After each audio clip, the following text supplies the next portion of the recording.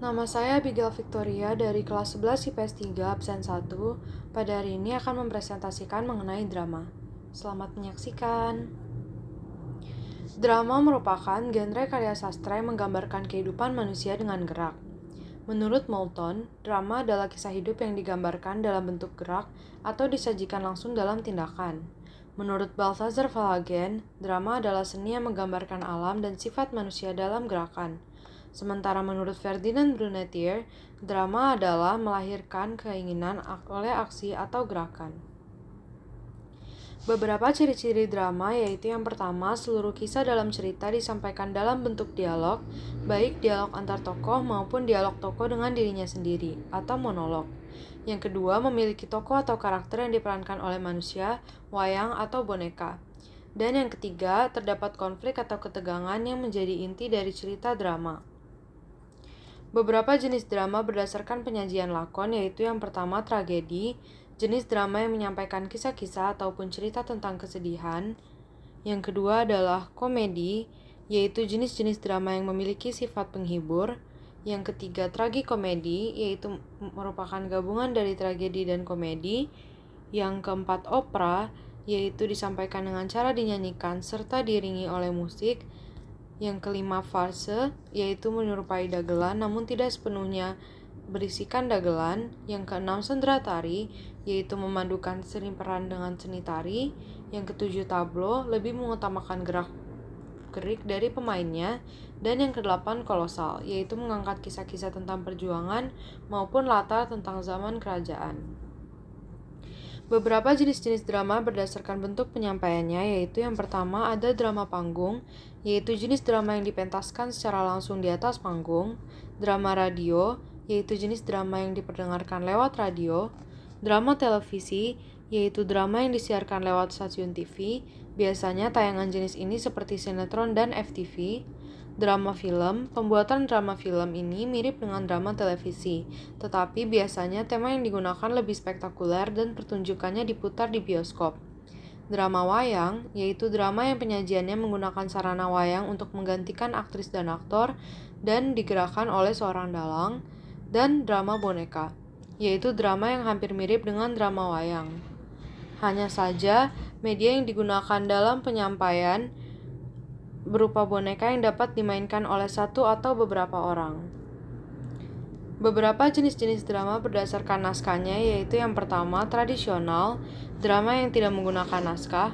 Pemain biasanya hanya diberikan gambaran umum tentang jalan ceritanya saja, sedangkan di setiap adegan yang dipentaskan merupakan hasil kreativitas antar pemainnya.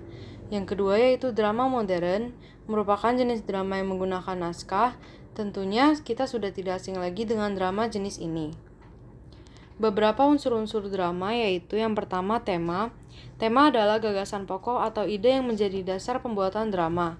Tema yang biasa diangkat dalam drama diantaranya masalah penciptaan, kritik sosial, kemiskinan, penindasan, patriotisme, ketuhanan, dan lain-lain. Yang kedua ada alur. Alur adalah rangkaian peristiwa dan konflik yang menggerakkan jalan cerita. Alur drama terdiri dari pengenalan cerita, konflik awal, perkembangan konflik, dan penyelesaian. Yang ketiga yaitu tokoh. Tokoh adalah orang yang berperan di dalam drama. Tokoh dapat dibedakan menurut sifat dan perannya.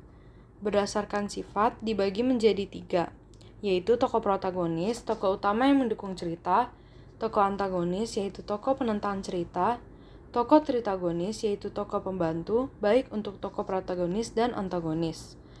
Berdasarkan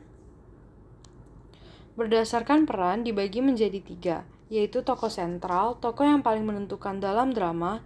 Tokoh sentral adalah penyebab terjadinya konflik, yaitu protagonis dan juga antagonis. Tokoh utama, yaitu tokoh pendukung ataupun penentang tokoh sentral, bisa juga sebagai perantara dari tokoh sentral. Dalam hal ini adalah tokoh tritagonis. Dan terakhir tokoh pembantu, yaitu tokoh yang memegang peran sebagai pelengkap atau tambahan. Nah, yang keempat yaitu ada penokohan. Unsur drama yang selanjutnya adalah penokohan atau perwatakan. Ini adalah penggambaran sifat batin seorang tokoh dalam cerita. Perwatakan bisa digambarkan dengan dialog, ekspresi, atau tingkah laku. Watak para tokoh digambarkan dalam 3 dimensi atau watak dimensional, yaitu keadaan fisik seperti umur, jenis kelamin, ciri-ciri tubuh, dan suku bangsa, keadaan psikis seperti watak, kegemaran, standar moral dan mental, dan keadaan sosiologi seperti jabatan, pekerjaan, kelas sosial, ras, dan agama. Cara pengarang menampilkan watak tokoh bisa secara langsung atau tidak langsung, yaitu secara langsung atau analitik. Pengarang menampilkan watak tokoh langsung dijelaskan di dalam teks cerita. Secara tidak langsung atau dramatik, pengarang menampilkan watak tidak langsung lewat dialog, percakapan tokoh, pikiran tokoh, reaksi atau tanggapan tokoh lain, lingkungan, dan keadaan fisik tokoh. Yang kelima, ada dialog. Ciri naskah drama adalah berbentuk dialog atau cakapan. Ada beberapa hal yang harus diperhatikan dalam dialog, yaitu dialog harus mencerminkan percakapan sehari-hari, ragam bahasa adalah bahasa lisan yang komunikatif, diksi atau pilihan kata yang digunakan harus berhubungan dengan konflik dan plot, dialog dalam naskah drama harus bersifat estetis atau memiliki bahasa yang indah, dialog harus mewakili tokoh yang dibawakan, dan memiliki kramagung atau petunjuk perilaku atau tindakan yang harus dilakukan tokoh. Yang keenam ada latar. Latar biasa disebut juga sebagai setting. Latar cerita dibagi menjadi 3, yaitu keterangan tempat, waktu, dan suasana. Latar dapat dinyatakan melalui percakapan para tokoh. Jika di pementasan, maka latar dinyatakan dalam tata panggung atau tata cahaya. Yang ketujuh ada sudut pandang. Sudut pandang adalah cara pandang yang digunakan pengarang sebagai sarana untuk menyajikan tokoh, tindakan, latar, dan peristiwa dalam cerita. Sudut pandang adalah posisi dari mana pengarang bercerita, apakah dia bertindak langsung atau sebagai pengobservasi di luar cerita. Sudut pandang terdiri dari sudut pandang orang pertama atau aku sebagai tokoh utama, aku sebagai tokoh sampingan. Yang kedua ada sudut pandang orang ketiga atau dia, orang ketiga serba tahu, dan orang ketiga terbatas atau pengamat. Nah, yang kedelapan ada konflik. Konflik adalah pertentangan atau masalah. Konflik dibedakan menjadi 2, yaitu konflik eksternal dan internal. Konflik eksternal berarti konflik antara tokoh dengan sesuatu di luar dirinya, sementara konflik internal adalah konflik di antara tokoh dengan dirinya sendiri. Yang terakhir ada amanat. Amanat adalah pesan yang disampaikan pengarang kepada pembaca atau penonton. Amanat drama selalu berhubungan dengan tema dan ceritanya. Amanat juga menyangkut nilai yang ada di masyarakat dan disampaikan secara implisit. Nilai-nilai itu diantaranya nilai moral, estetika, sosial, dan budaya. Nah, struktur drama terdiri dari 3, yaitu prolog, dialog, dan epilog. Prolog merupakan bagian awal dari sebuah drama. Prolog biasanya digunakan untuk menceritakan gambaran drama yang akan dimainkan secara umum. Dialog adalah bagian yang paling penting dalam sebuah drama, menjadi hal inti pada pementasan drama dengan memiliki fungsi sebagai penghantar komunikasi antar tokoh. Dan yang terakhir ada epilog. Epilog merupakan bagian akhir atau bagian penutup dari sebuah drama.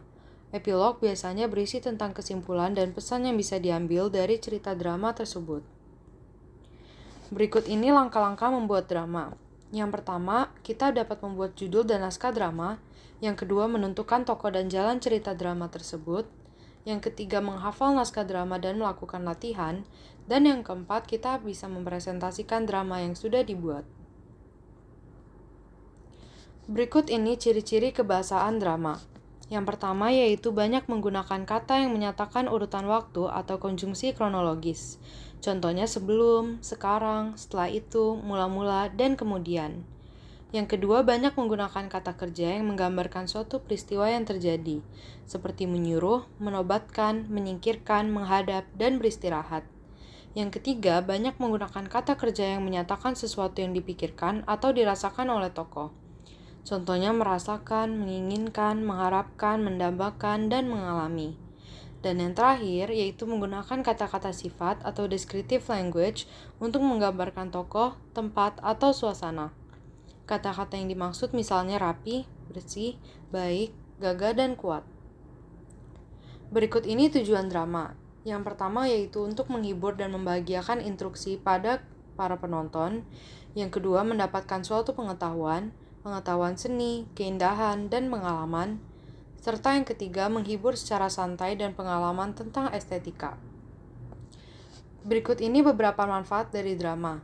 Yang pertama yaitu meningkatkan rasa percaya diri seseorang dan meningkatkan nilai sosial seseorang.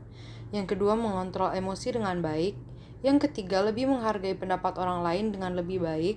Dan yang keempat, dalam sebuah pendidikan, drama bisa dipakai sebagai sarana pokok edukasi yang baik dan menyenangkan.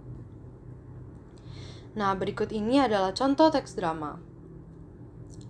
Judul: Membantu Ibu Membereskan Rumah. Suatu ketika, di rumah sebuah keluarga, seorang anak sedang sibuk bermain boneka. Ibu: "Nak, bisa tolong mama ambilkan apel di kulkas?" Gak bisa mah, aku lagi sibuk main boneka." "Mama minta tolong sebentar saja, nanti setelah itu kamu bisa main lagi." "Minta tolong papa aja." "Papa kan lagi sibuk, ayo bantu mama sebentar saja." Papa pun keluar dari ruangan kerjanya dan menuju kulkas untuk mengambil apel. Papa, makasih, Pa." "Nak, Papa tahu kamu lagi senang bermain boneka. Tapi kamu jangan lupa membantu Mama. Kasihan Mama kerepotan di dapur." "Tapi, Pa, aku kan juga pengen mainan, apalagi sedang libur." "Iya, Papa tahu. Tapi sebagai anggota keluarga, kita harus membantu satu sama lain yang membutuhkan pertolongan." "Oh begitu ya, Pa. Baiklah, mulai sekarang aku akan rajin membantu Mama dan Papa." "Wah, anak Papa memang hebat dan baik sekali ya." Nah, berikut ini adalah unsur intrinsik dari contoh drama yang telah saya buat. Judulnya yaitu Membantu Ibu Membereskan Rumah. Tema dari drama ini adalah keluarga dan toleransi. Sementara tokoh-tokohnya yaitu ibu, adik, dan ayah. Latar waktunya yaitu di siang hari, yang bisa dilihat dari ketika ibu masih memasak untuk anak-anaknya dan ayah juga sedang bekerja di ruang kerjanya. Latar tempatnya yaitu di rumah keluarga, yaitu ruang kerja, dapur, dan juga ruang tamu. Latar suasananya senang dan bahagia, dan amanat yang bisa diambil yaitu kita harus saling toleransi dan tolong-menolong di dalam keluarga. Sekian presentasi dari saya mengenai drama. Terima kasih.